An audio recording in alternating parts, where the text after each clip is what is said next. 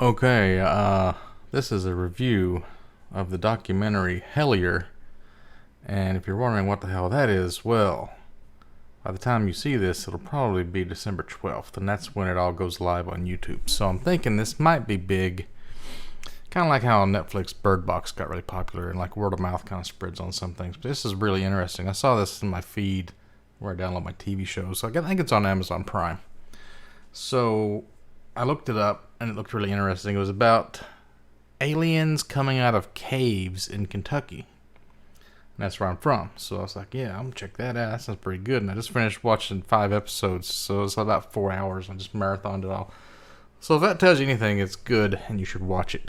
However, the people in this documentary are kind of dumb. And I want to talk about that.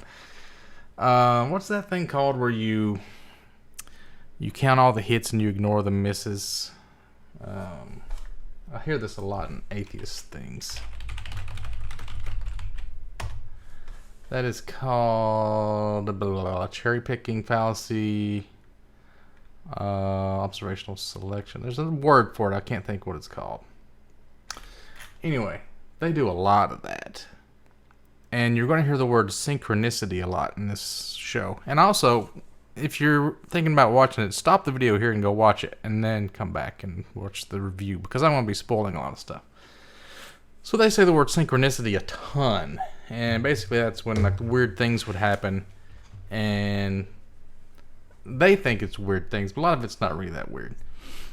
And I think if you have enough weird things happening, this quote by Carl Jung says that it's more statistically improbable the more things that line up in a series that are all weird. But so the main two people in this show, this guy and girl, I think they're dating or whatever, they seem really gullible. And there's this guy, Carl, he's like the producer. He seems pretty reasonable. Then there's the other guy who's like a musician and like an audio guy. And he's kind of out there too. And then there's another camera guy. So it starts out, they get an email.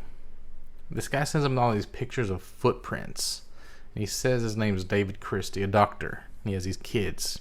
And he lives in Hellier, Kentucky, which is on the east border. And it's near Pikeville. And these people are in Canada. So at first they couldn't do anything about it. They were going to come down and see him, but they were in Canada. You couldn't get out of Canada. For like a year and a half, 2 years later, they decided we're going to go down there. And I think they're in Cincinnati at that time. So they're like 3 hours away, and it's easier. So they send them these pictures. It's like these 3-toed footprints, and they have dermal ridges, which is kind of like on your hand. There's these lines on your hand. It looks like skin. So look for these really high quality pictures of these footprints. And the guy's telling this story like these aliens are harassing his family.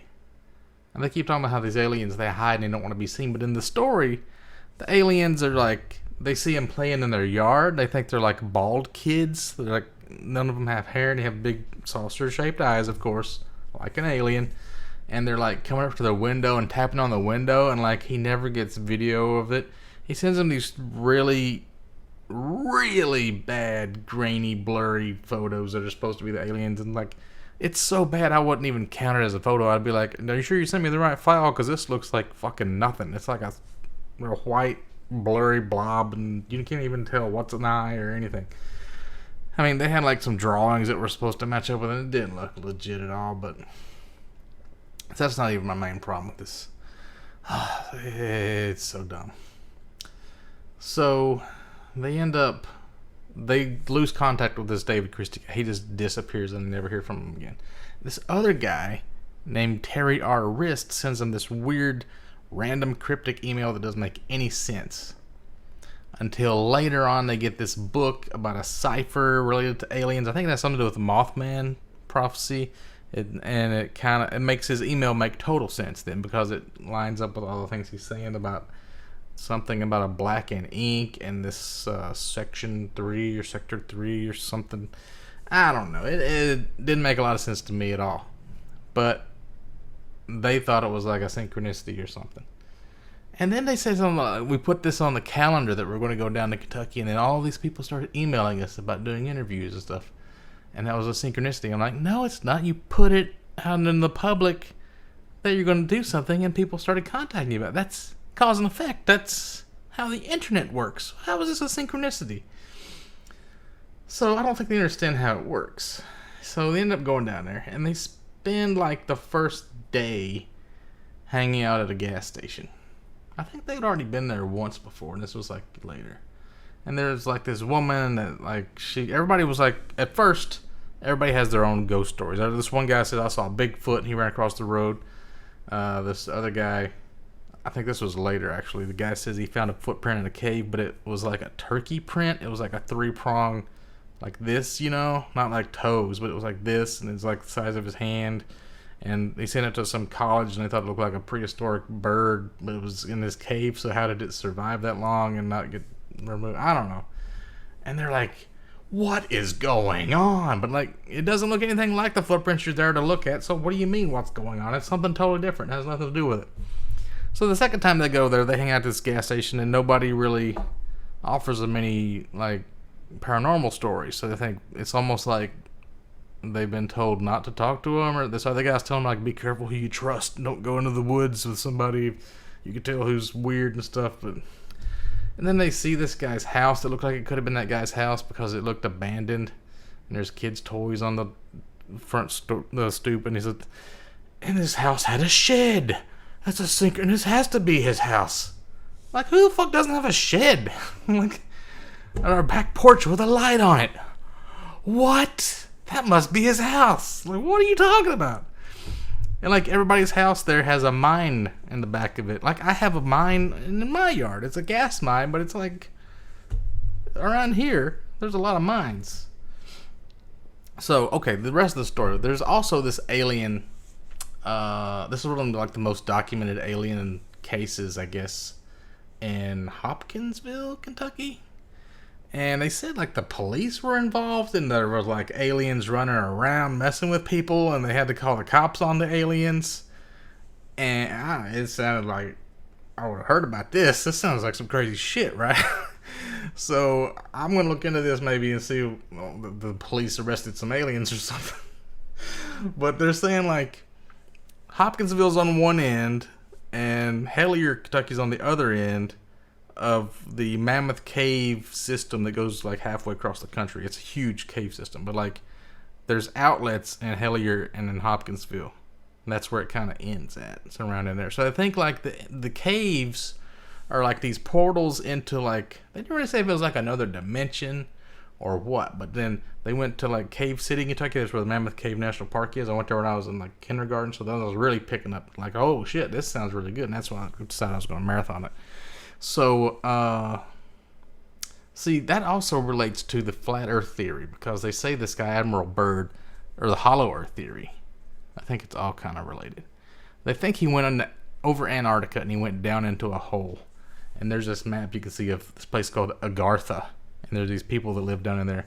And there's all these entrances to Agartha. And one of them is Mammoth Cave. So that kind of relates to these aliens, I think.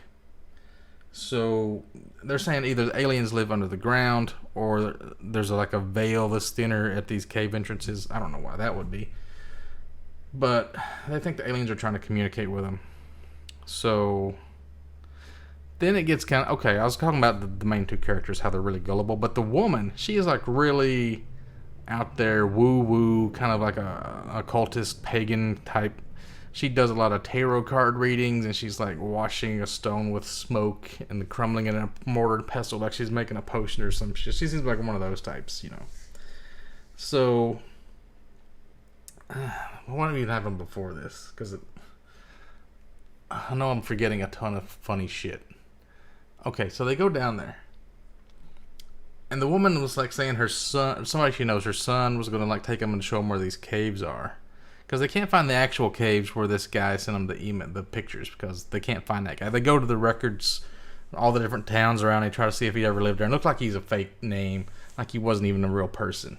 So at that point you would think, we'd just go home because this is a bunch of bullshit. But no, they're like, we're going to hang out with it because now we're finding all these other stories of people seeing all these other aliens. So I don't know how the original story still is kind of, they're going with that too. So they go to this nearby town called Jenkins. Okay, this is kind of funny. They get a cabin. the first they had a motel, then they went to this cabin because they're going to be there for like 4 days. They already wasted the first day sitting around a gas station talking to people. Like, and when they interview people is more interesting parts of the show, because the rest of it's kind of like your typical ghost hunter crap. And they get to this cabin and they're like, well, we're out here in the woods in the area where this kind of stuff happens. We might as well go out into the woods and look to see if we can contact these aliens. And Jenkins, which isn't even the town that it came from, and just next to their cabin that they rented, because why not? There's woods. All woods are just the same woods. You don't have to go to a specific place. So they go out, and the woman, she thinks that it could be related to elementals or fairies, because there's these stories of hearing babies crying, I think is what made them think that, because it's kind of like they lure you in with these humanish sounds, like a trickster kind of a thing. So she lights these candles that are all like symbolic of the different elements, and they do like a ritual, and they start talking to the air like you would do when you're hunting ghosts or spirits. And that's kind of dumb, because like you're looking for actual physical beings that leave footprints, and they're aliens. They're not really hiding. They're coming out and they're knocking on your windows and they're playing in the yard. Just go look for them. You don't talk to the air, or like spirits are gonna like guide you and tell you what's going on and shit. So that didn't really pan out. They had like some branches breaking, and they didn't really go look for them, because you're paranormal investigators. If you hear noises, go towards the noises. Go look at them. See what it is. Shine your flashlight in there. But they don't. So then they're sitting on a porch. This is actually pretty good. This is kind of scientific. You know these shows, I don't know if you know what a spirit box is, but if you ever seen like the BuzzFeed Unsolved, they do this thing. A spirit box is a radio channel scanner. It scans like so many per second. You hear bits and pieces of radio DJs or like commercials and stuff. And they think the ghosts can manipulate them to make it sound like a message somehow. Because you kind of have to manipulate time to make that make sense, because what are the odds the commercial is going to be the right word at the right quarter of a second to make a sentence or whatever? But whatever. I mean, any way they could communicate with a ghost, I guess, is going to be something. Who knows? So this guy, instead of doing it like normally where you just listen to it and you try to figure out what it says, he blindfolds himself and he puts on noise-canceling headphones, and then he just says what he's hearing. So he's not hearing the questions that are being asked. So if it makes sense, even though he's not knowing the question, and he's answering the questions not knowing what the question is, then that's even more likely that a synchronicity or something's happening. So I like that. That's scientific. It made a lot of sense. And he was making, I mean, it kind of didn't really start making sense at first, and then they started asking questions in relation to what he said before, so they're kind of like making it make sense, because it's kind of the reverse, or kind of like how you make a prophecy come true or whatever. I don't know. But while he's doing all this stuff, the two really interesting points were he says 48 minutes. And then he says, this isn't something he hears on the scanner, but it's like, he says, I saw a tin can in my head. A visual of a tin can. And then they're hearing like, it sounded like people throwing baseball-sized rocks. And they didn't go investigate it. They shine a flashlight at the edge of the yard, and they're like, you didn't go look, see what was going on? People throwing baseball-sized rocks at you? Okay, just ignore that. So then, I'm thinking this is going to end. They're never going to go to a freaking cave or a mine. The woman that worked at the gas station, her son was supposed to take him to a cave. But he decided to go hunting that morning, so he didn't take him. What? You got ghost hunters in your town? Like, I gotta go get me a buck deer. Fuck this shit. So they end up finding this other guy. Oh, what was the other synchronicity? There was this other... Somebody tells him a story about this guy with the turkey print guy. That was like in the 80s he heard this story about, and he just happened to run into him the next day. You're like, what are the odds of that happening? Well, if you live in a small town and you see everybody in the town every day pretty much, the odds are pretty good you're going to see the same guy that you talked to in the 80s, because he never left the town, and you probably see him all the goddamn time. I mean, it's not that crazy. There was another one. They said the odds of... Oh, there was a random tweet thing that went out. It picks like old tweeter stories. Like, you know how on Facebook it'll say like your memories from a year ago or something. Kind of one of those kind of things. A guy was reading something and then it sent out a random tweet the same time that he was reading about it, and then they thought that was a big deal. It's just coincidence. So, where was I? This guy was going to take him up to the cave. They found this guy, Joey or something. He was a caver, and he knew a bunch of caves. And I think he was telling them some stories about some weird shit at a cave. Oh, they related to the Mothman again because there's like this chief cornstalk. They found like cornstalk markings in the cave. So I'm like, oh yeah, they're going to take him to that cave and show him. No, didn't take him to that cave at all. Took him to this different place. It was like a an outlet for... See, these footprints, they were in this mud that looked like it was this coal mining slurry. So that looked legit, like it was actually from, like, the Eastern Kentucky is a big coal mining place. I thought it might have been, like, actually taken there. And what was that one guy, the old redneck guy, said something about, oh, the baby noises were coming out of this cave near there. That kind of comes back at the end of the show where this guy's reading this book and he's like, two of the most common things people hear as audio hallucinations are babies crying and car doors opening. And they're like, what are the odds? We heard a story about a baby crying, and then they were in this cave and they heard like, it sounded like beep beep, like somebody closing a door, the modern version. Like, what are the odds that that's what happened to us? I'm like, he just said it's common. It's common audio hallucination. That means it's more likely to happen. Not that it's less likely to happen. What are you talking about? Are you not paying attention? So then they take him to this big cave, or it's a railroad track that goes in for like a mile, and then it connects to the cave system. So there's like, okay, now we're actually at a place that's going to be a portal to the underworld, and we can talk to these goddamn aliens. So what do?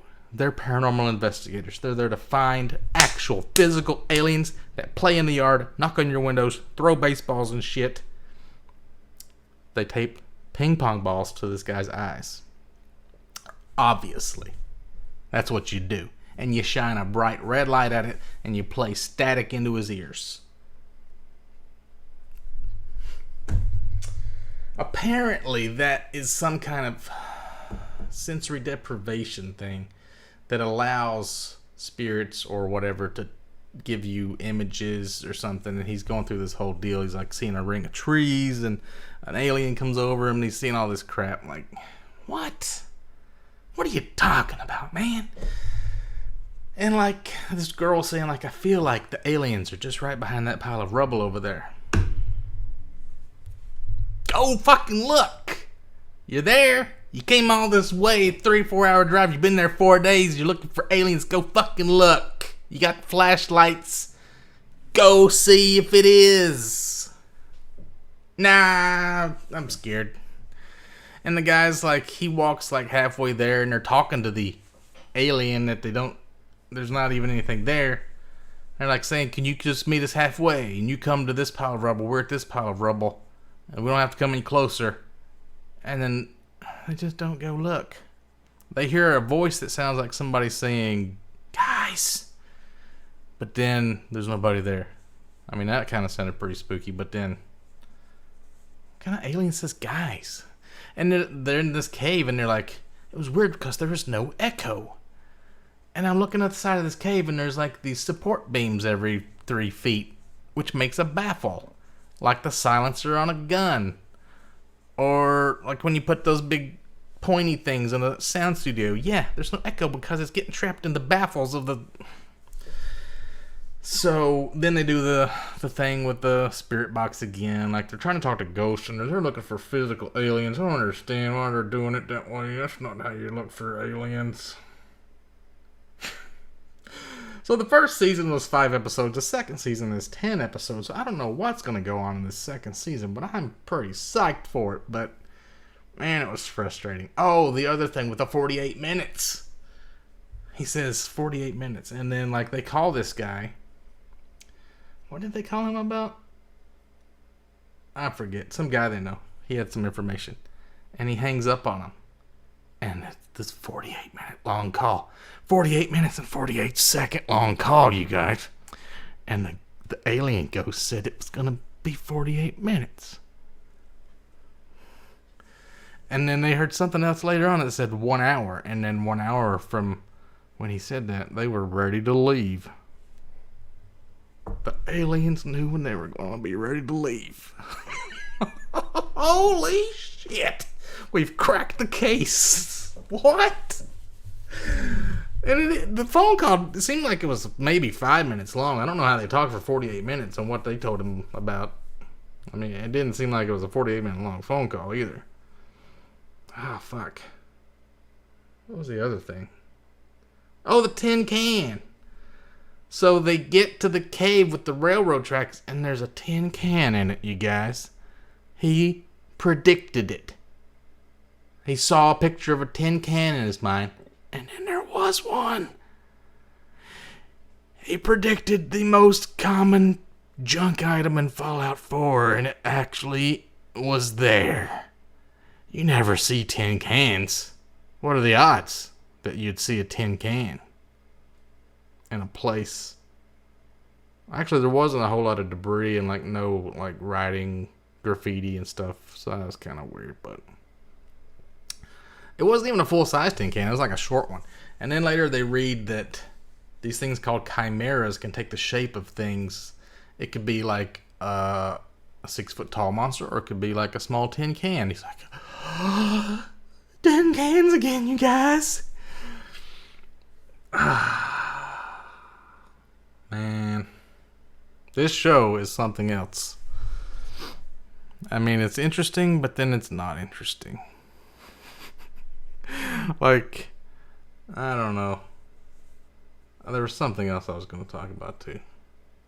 Footprints. Yeah. If you're going to look for physical aliens, here's what you fucking do. You take a bag of sand or flour or something, you spread it in the cave entrance, you wait a few days, you come back, see if there's footprints.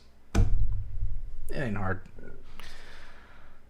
You look for physical evidence. You don't talk to ghost boxes and talk to the air. So we're just talking to it. We're here to say our intentions. Why? Just go look for the aliens. You're there. Go look for them. Why do they need to know your intentions? You're trying to lure them out like a Bigfoot, let them know that you're friendly so they'll come out and talk to you. If they really did come out and talk to them, they would be fucking freaking out. I know I'm forgetting some stuff. There was a lot in this thing that I forgot to mention this part. They're sitting around in their cabin and they're talking about we got these emails from this guy David Christie, and they want to know where he actually lived. They can't find his house. And he's like, wait a minute, if we use the headers of these emails, we can get the IP address and we can track their IP address, and then all of a sudden everybody starts getting to work. How do you look up an IP address? How do you figure out where somebody lives? Doing all their hacking shit, right? And then it turns out the fucking IP address led them to Ajax, Canada. They're from Canada. This is about 2 hours away or something like that.